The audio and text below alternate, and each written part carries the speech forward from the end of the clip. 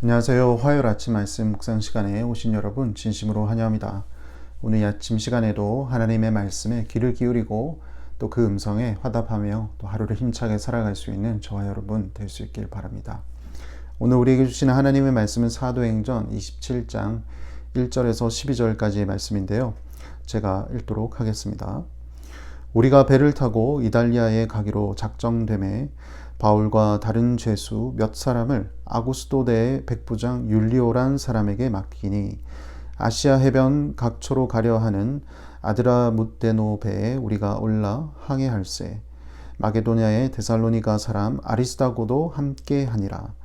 이튿날 시도네에 되니 율리오가 바울을 친절히 대하여 친구들에게 가서 대접받기를 허락하더니 또 거기서 우리가 떠나가다가 맞바람을 피하여 구브로 해안을 의지하고 항해하여 길리기아와 밤빌리아 바다를 건너 루기아의 무라시에 이르러 거기서 백부장이 이달리아로 가려 하는 알렉산드리아 배를 만나 우리를 오르게 하니 배가 더디가 여러 날 만에 간신히 니도 맞은편에 이르러 풍세가 더 허락하지 아니하므로 살모네 앞을 지나 그레데 해안을 바람막이로 항해하여 간신히 그 연안을 지나 미항이라는 곳에 이르니 라세아시에서 가깝더라. 여러 날이 걸려 금식하는 절기가 이미 지났으므로 항해하기가 위태한지라. 바울이 그들을 권하여 말하되 여러분이여 내가 보니 이번 항해가 화물과 배만 아니라 우리 생명에도 타격과 많은 손해를 끼치리라 하되 백부장이 선장과 선주의 말을 바울의 말보다 더 믿더라. 그 항구가 겨울을 지내기에 불편하므로 거기서 떠나 아무쪼록 베닉스에 가서 겨울을 지내자 하는 자가 더 많으니 베닉스는 그레데 항구라. 한쪽은 서남을 한쪽은 서북을 향하였더라. 아멘.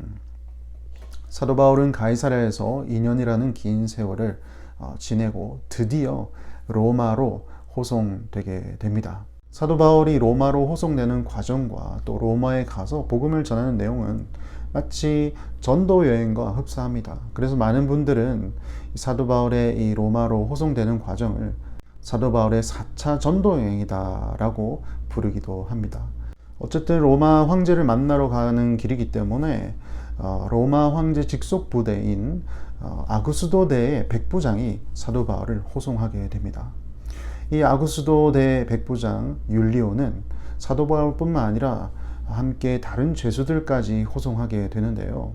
당시 로마로 호송되는 죄수들은 보통 사형수들이었습니다. 이 사형수들은 로마에 도착하게 되면 당시 유흥거리로 알려졌던 로마 원형 경기장에 끌려가게 되고 거기서 맹수들과 격렬하게 싸우다가 결국 비참하게 사형당하는 처벌을 받게 되죠.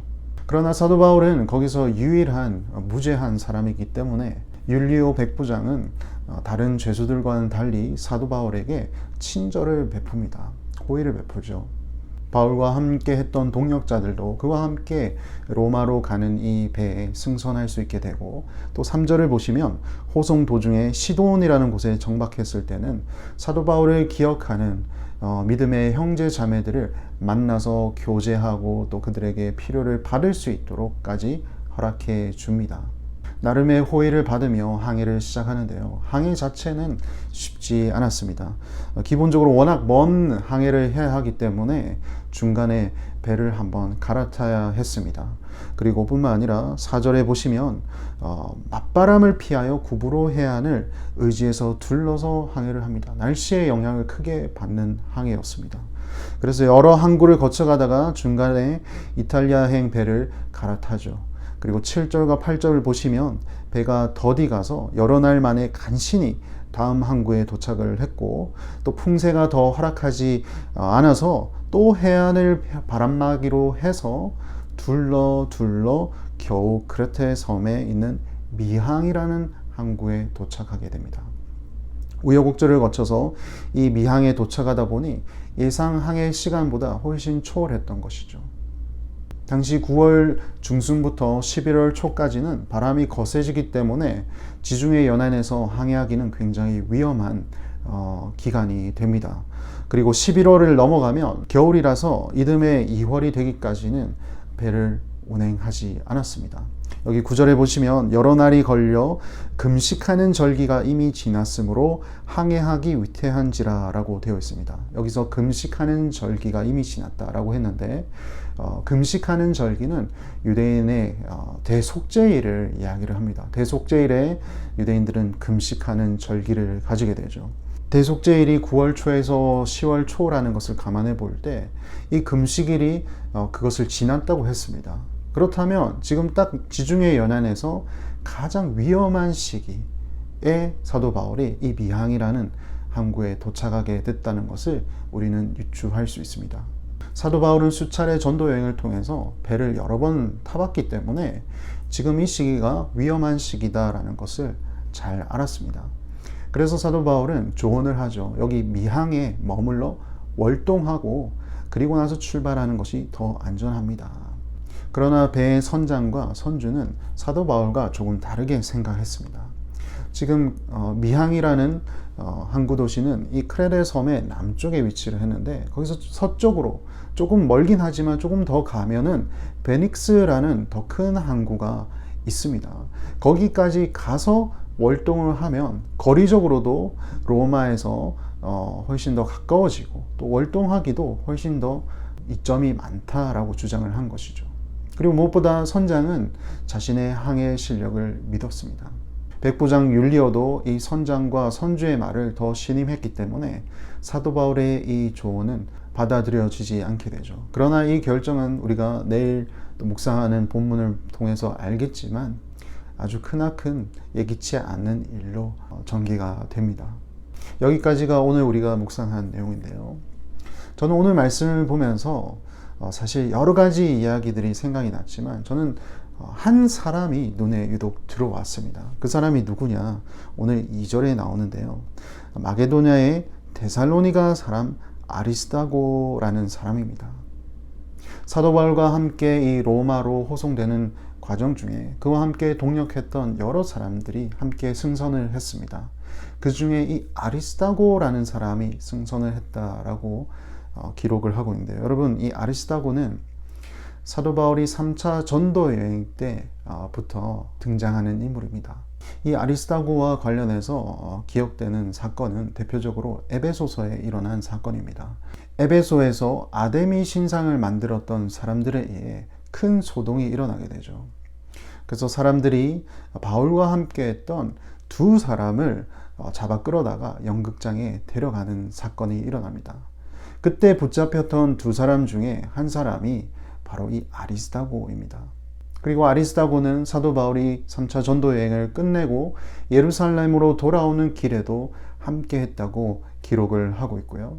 그리고 가이사랴에 붙잡혀 올 때도 이 아리스다고는 함께 했습니다.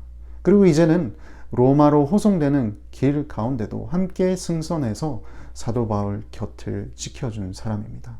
나중에 사도 바울이 감옥에 갇혔을 때도 그가 기록한 옥중서신에 보면 이 아리스다고의 이름을 기입하며 함께 잡혀 있다라고 이야기를 합니다.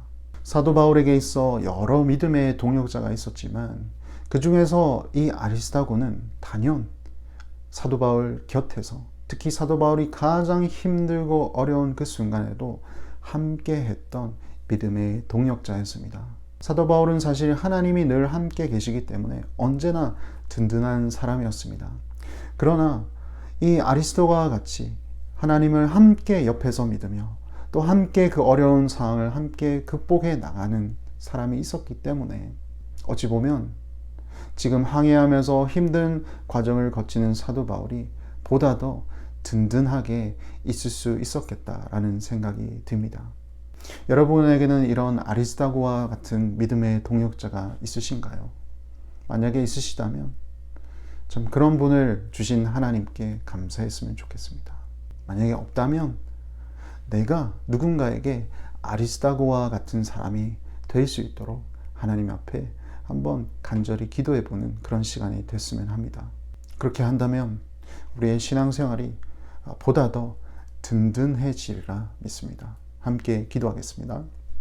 하나님, 로마로 호송되는 사도 바울의 이야기를 묵상했습니다.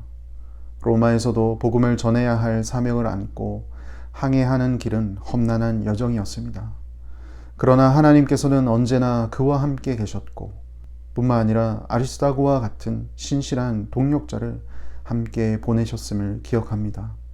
가장 힘들고 어려운 시기에 말없이 그의 곁에 함께한 아리스다고가 있었기에 사도 바울은 큰 힘과 위로를 받았을 것이라는 생각이 듭니다. 하나님, 마찬가지로 오늘날을 살아가는 우리에게도 주님은 언제나 신실하게 우리를 돌보시고 때로는 아리스다고와 같은 믿음의 동역자를 허락해 주심을 기억합니다.